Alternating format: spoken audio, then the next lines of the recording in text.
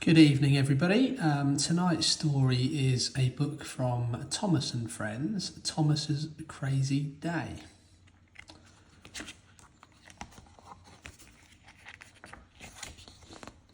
Percy had popped a piston. He had to wait at the steamworks to be fixed. "I can't be really useful here," he said, sadly to Thomas, "and I can't have fun." Thomas promised Percy he would puff back to play with him soon. But first, Thomas had to steam to Knapford Station. The Fat Controller had an important job for him.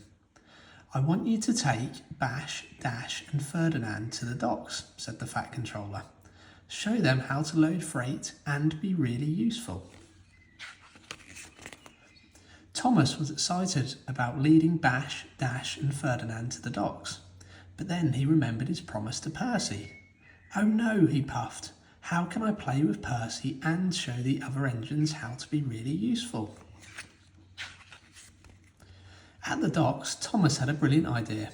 He told Cranky the crane to show the other engines how to load the freight. Cranky was not pleased. He did not like being told what to do, but it was too late. Thomas had puffed off to play with Percy. Percy's piston was fixed, and he was excited to see Thomas. "Let's play hide and seek," said Thomas. That made Percy smile even more. He loved playing hide and seek with Thomas. But when Percy puffed off to hide, Thomas raced back to the docks. When he got there, Cranky was cross. "It's not my job to teach the engines," he creaked.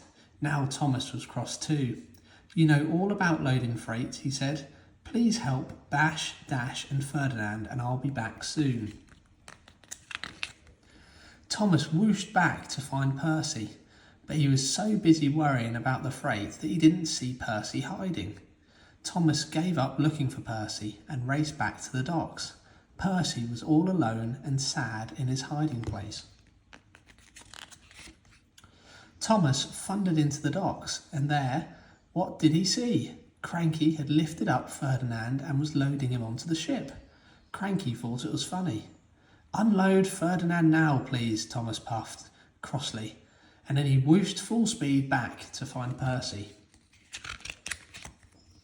"Percy, where are you?" called Thomas. Percy puffed sadly out of his hiding place.